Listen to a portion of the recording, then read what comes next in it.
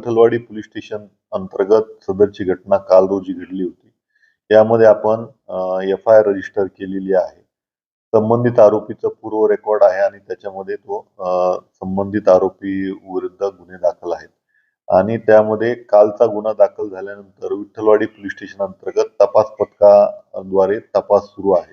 लवकरच आम्ही आरोपीला पकडू. 2 तपास पथके यासाठी आपण तैनात केलेली आहे आणि पुढील कायदेशीर कारवाई केली जाणार आहे. त्याच्यावर काय गुन्हा आहे का? या अगोदर 2 बॉडी ऑफेन्स त्याच्यावरती आहे आणि त्या अंतर्गतच योग्य प्रिव्हेंटिव्ह ऍक्शन आपण येणाऱ्या कालावधीत घेत आहोत.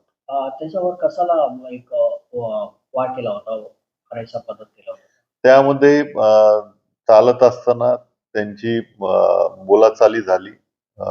स्पेसिफिक असं काही कारण सध्या तरी तपासात पुढे आलेलं नाहीये, परंतु त्यांच्यात चालताना वाद झाला आणि त्यात ती घटना घडल्याचं निष्पन्न होतं.